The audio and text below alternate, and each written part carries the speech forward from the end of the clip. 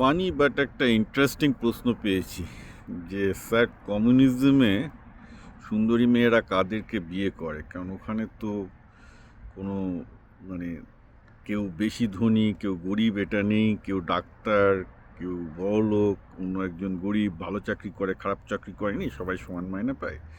তো মেয়েরা সেক্ষেত্রে কী করে পুরুষ সিলেকশন করে? এর উত্তর আমি নিজেই 2 বছর আগে পেয়েছিলাম। কিউবা থেকে ঘুরে এসে প্রায় 1 বছর থেকে একজন মেয়ে পডকাস্ট এটা জানিয়েছিলেন। উত্তরটা খুব simple.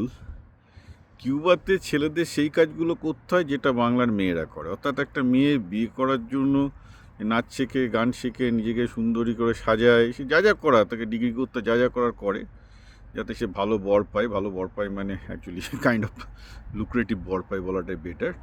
Cuba it's quite opposite.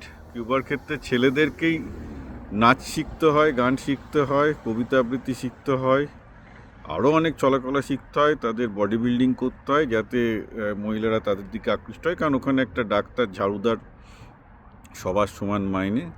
অতএব সেখানে একজন পুরুষ যদি সিলেক্টেড হতে চায় তাহলে তাকে কিন্তু পরিশ্রম করতে হয়।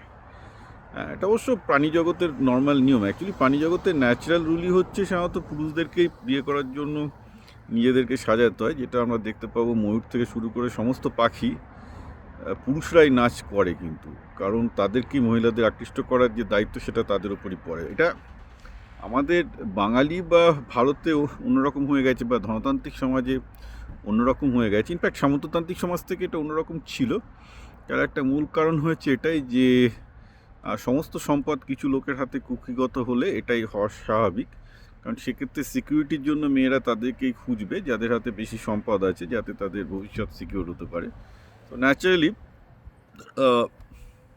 আমরা ক্যাপিটালিজমে যেটা দেখছি সেটা sort of like aversion in animal kingdom.